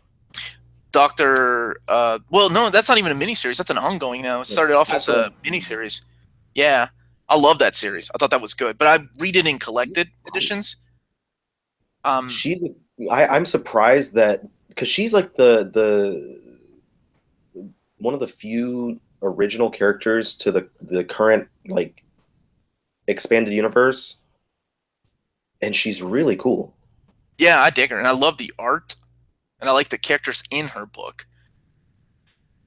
Like, I know we always recommend things for people to spend more money, and it took me a long time because I feel like that, right? I'm like, fuck no, I'm not going to buy a Star Wars comic book because I know my addictive personality will go out and buy every Star Wars comic book. Just like me. Yeah. So it's really hard, right? Like right now, like I'm waiting for the Jason Aaron Omnibus Star Wars because I have a couple of the trades and I really, really like them. And I have not bought the Darth Vader omnibus yet because I own a couple of the trades, and I'm thinking, should I just keep going with the trades, or because obviously he's going to keep getting another series, so there'll be another collection. Yeah, he's got now Charles Soule and Giuseppe That's right. Camuncoli are doing it, and it's set because the original one was set between 4 and 5, and this one is set like immediately after the end of episode 3. So it's like you see in the beginning of the current series him getting the suit and getting turned into Darth Vader. Oh, and that's cool. he's like training with the Emperor. Like he's becoming a Sith Lord now, and he has to go make his lightsabers. So it's like him going and getting the kyber crystals and stuff like that. So it's actually been a pretty fun series. It's very, very different from the Kieran Gillen one, which was all about like his redemption after his giant failure. I thought it was a good character portrayal, though, the Gillen series. I know that our buddy John Wilson does not like Kieran Gillen, but I happen to like some of his writing, and his X-Men stuff was solid, and I happen to like his Vader stuff. Yeah. And the only other book that I read was the Darth Vader miniseries, which I kind of dug too. I can't remember who worked on that. The mall one? Yeah. It was Cullen Bunn was Yeah. the writer, but I don't remember who the artist was. That one was cool because it also brought in some of those characters from the old Clone Wars cartoon. Yeah, the clones of Maul. What are they called? Luke Ross. That's who it was. Yeah, that's right. Luke Ross was on the artwork. Because I remember hating his old style and really digging his Captain America style. And who else? I mean, there's They've had several. I mean, they had Leia, Lando, they had a Solo. Leia was done by Mark Waid too, so that's always cool. Yeah. That was surprisingly, Leia is probably my least favorite of the minis that they've done so far. I think it was my least favorite because I expected a lot more from it, given that it was Mark Waid. The Han Solo one was really fun. Is Poe Dameron ongoing? I can't remember. Yeah, Poe's ongoing. It's been going on for over 25 issues. Because they just recently, I think issue 25 is where it's going to end their current storyline, because it's basically the book starts with them giving Poe the mission to find what's his name from the beginning, the old dude from the beginning of episode 7 who has the piece of the map. Right. To find Luke. Another character that they throw in there that you're like, surely they're gonna expand on his character in the expanded universe.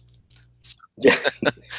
So they have him track down this dude, and it's been this ongoing thing where he's going against several First Order agents, and then it's going to end, I think, with issue 25, and then issue 26 is going to start a new direction, is what Charles Soule has said.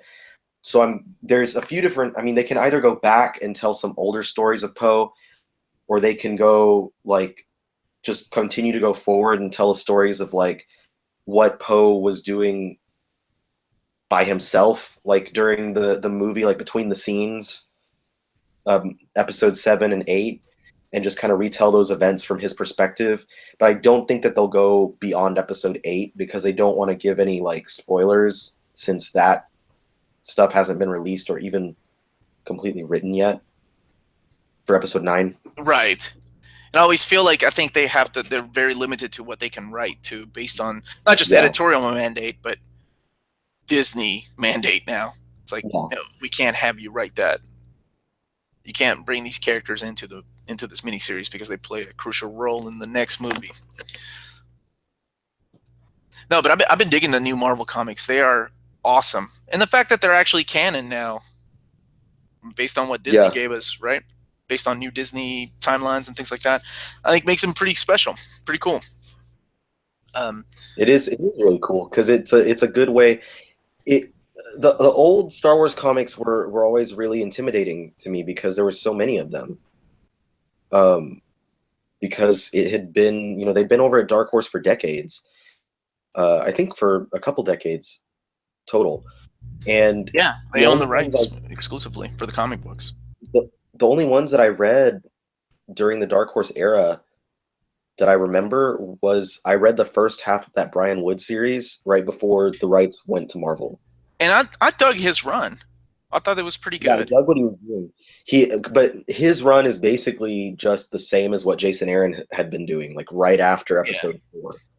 Yeah. And it was a pretty good little story what I had read, and I did enjoy what he was doing. And I always wanted to go back and read more because people talked about, like you said, Legacy, and people talked about the Rogue Squadron series and Dark Empire, Crimson Empire, all that stuff.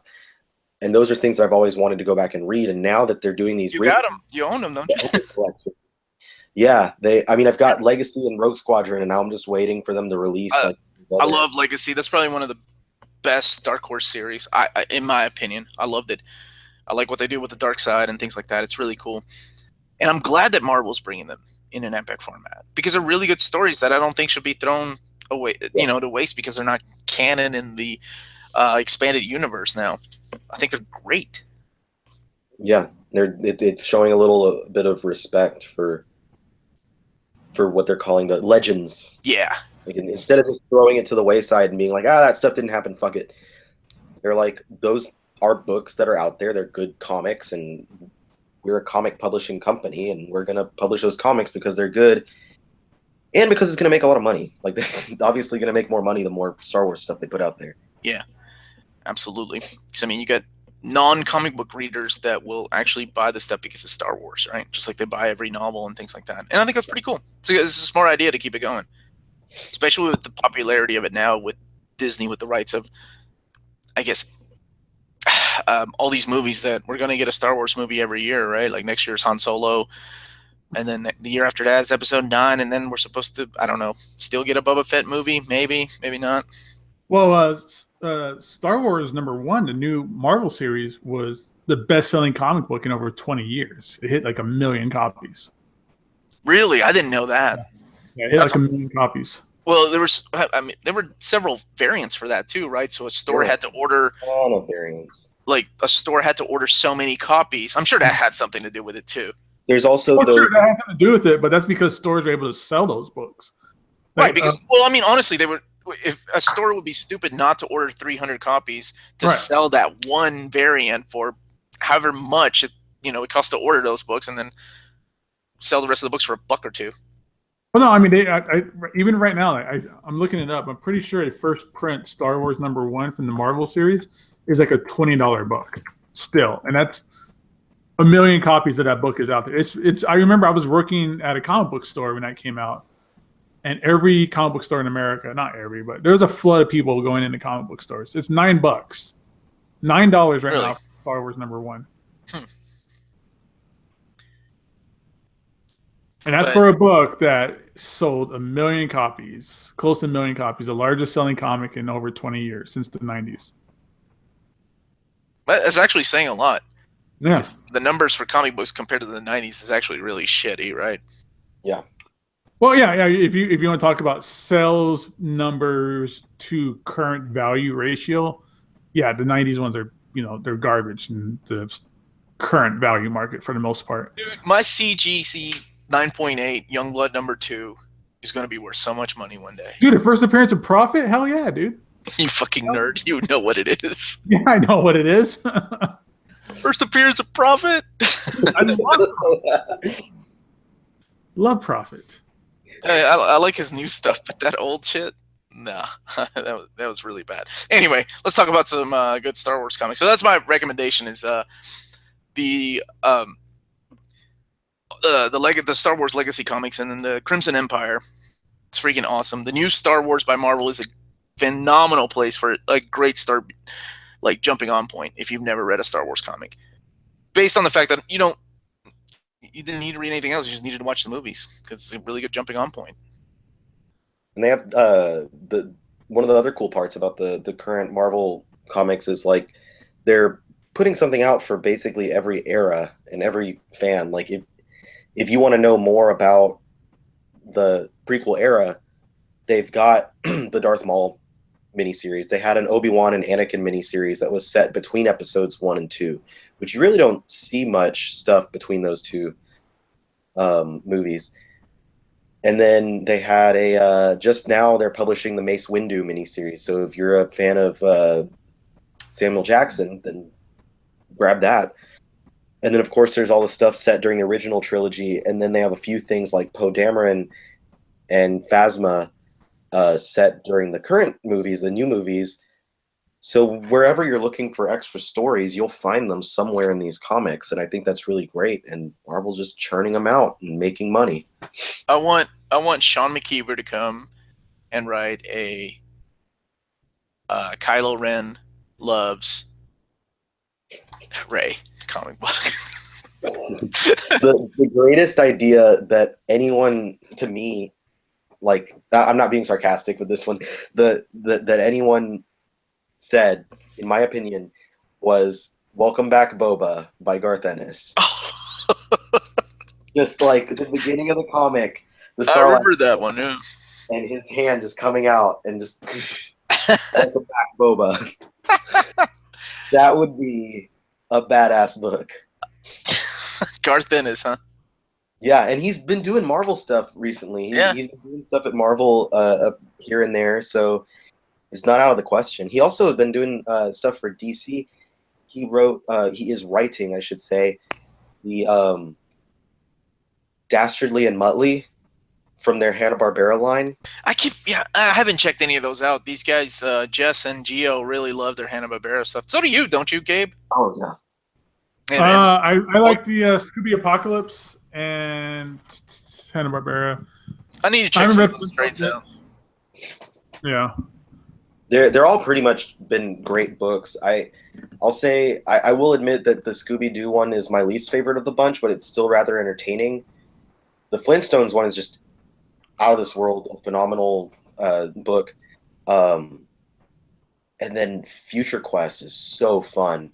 Just all of the action characters from the Hanna-Barbera cartoons fused into one place. Yeah, I'm a big fan of Space Ghost, so I really like the Future Quest stuff too. Huh. Do you have the Joe Kelly Space Ghost? No, I want to get that, the Olivelli art. This is the one with the Alex Ross covers? Yeah, this was a badass book. Really? They just reprinted it in a trade like a couple months ago too. Yeah, I have the older printing, so I'm glad that they reprinted it because now people get to. It's easier to check out, but those covers are fucking dope. Yeah, they're badass. They should have done some more posters or something with those. Yeah, as much as I love Space Ghost, I loved his Space Ghost Coast to Coast. That was some Space Ghost Coast to Coast is the best, dude. I love it. I have most of them on DVD. Fucking Brack, I love Brack, man. I like the spinoff too when they gave Brack his own Brack show. his own show. Yeah. Brack show. Yeah, with mom and dad. Yeah, dude. I love that shit. Don't touch me. Dude, I used to drive around town as when I was younger, listening to like Musical Barbecue.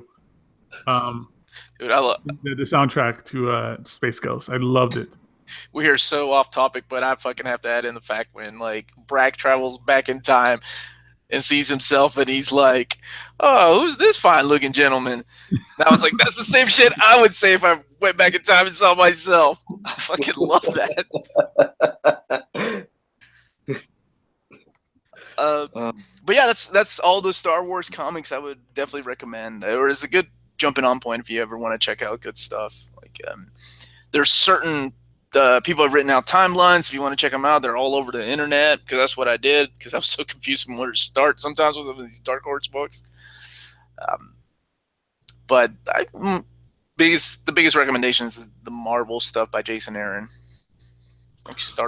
Believe it or not, I read Vader Down, and that one's really good.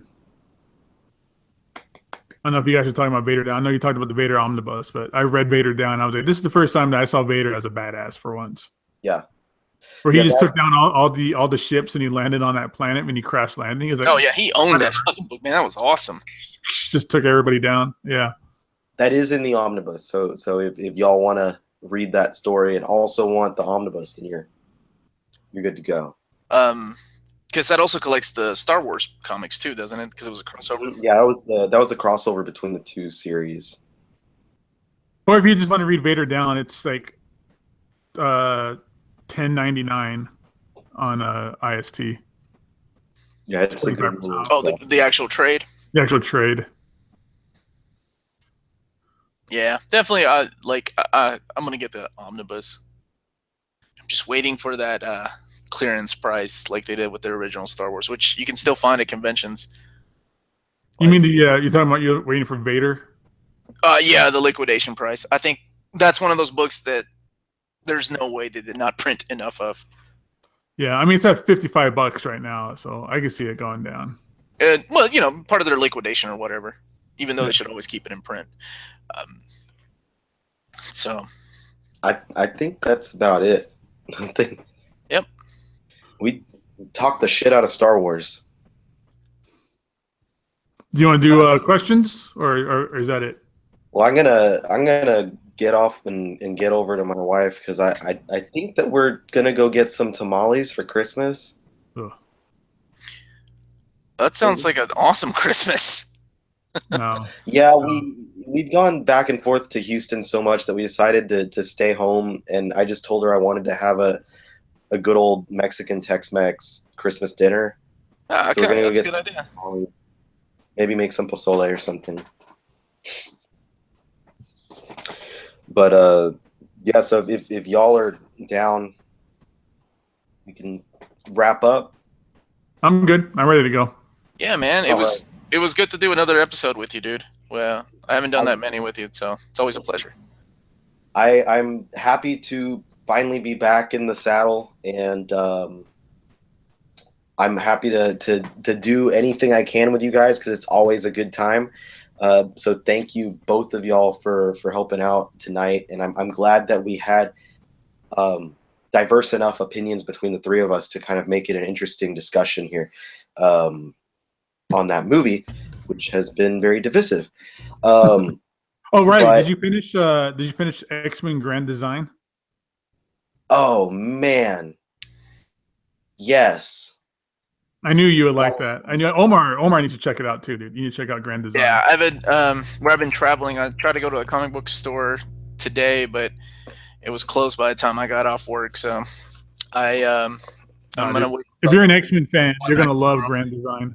Yeah, I heard it's very the guy's a huge Claremont fan. I saw that interview that Gabe somebody had posted on the Facebook group. Jess posted and tagged all of us in it. Loved it. Yeah. I mean, it's super cool because it's like a chronological retelling, just the facts of everything from like the beginning of that. That's what I heard. It's what? So I heard it's pretty fast. It moves like really fast. No, dude, no, it's gonna take you like a half hour to read it, dude. It's a lot of reading. It goes into it's deep details then? Okay, I'm down with that. It's a lot of text, but it covers a long period of time. So like beginning is like, in the 1900s and then they show like, Xavier as a child and his upbringing. And it's cool because like it's all the little things that happen to the characters that built up over time. Like, you're introduced to the 5 X-Men at the beginning of the X-Men series by Lee and Kirby. And then throughout the series, you always get those snippets of like, oh, remember when Angel was a vigilante? And remember when Iceman did that and Cyclops did this? Except he puts it all in chronological order, so you're just seeing everything unfold in real time. Or not real time, but in the real timeline for these characters. And I think my favorite part is like showing like the plane crash with the Summers family. Mm-hmm. Yeah. And immediately showing like the Shi'ar pulling Christopher Summers out. And it's like seeing it happen like that is so cool, like the just placed in chronological order. Did it show her giving birth to Adam X or Vulcan? That's the big question. No, I don't think it did. It's just Alex and Scott. I'm kidding. I'm kidding. That shit's been retconned. But it just shows up like... No, I know the guy's a huge fanboy, so I'm really excited. Like, he worships the ground that Claremont walks on, so... Oh, yeah, definitely pick it up or download it or whatever you have to do. Yeah, I'm definitely going to read it. Maybe on my flight home. Too. At the end, like, he shows his homework. Like, he shows his work, kind of like in math class, where he's like... Because I'm reading through it, and I'm like... is this really true? Like, did Iceman was like got manipulated by like Mr. Sinister and like all this other crazy stuff? No, what was it? They talk about like Beast, like like stealing stuff and getting into trouble and like getting manipulated by all these different characters. And I'm like, is this real? Like, did this really happen? That's something X-Men Origin I remember. And then at the end, there's like 2 pages of all the explanations and things like that. Just goes, this happened in this issue. This happened in this issue. This happened in this issue. Like, it's awesome. Then they go into like Gabrielle Heller and her giving birth to Legion and like all that kind of stuff too. It's great.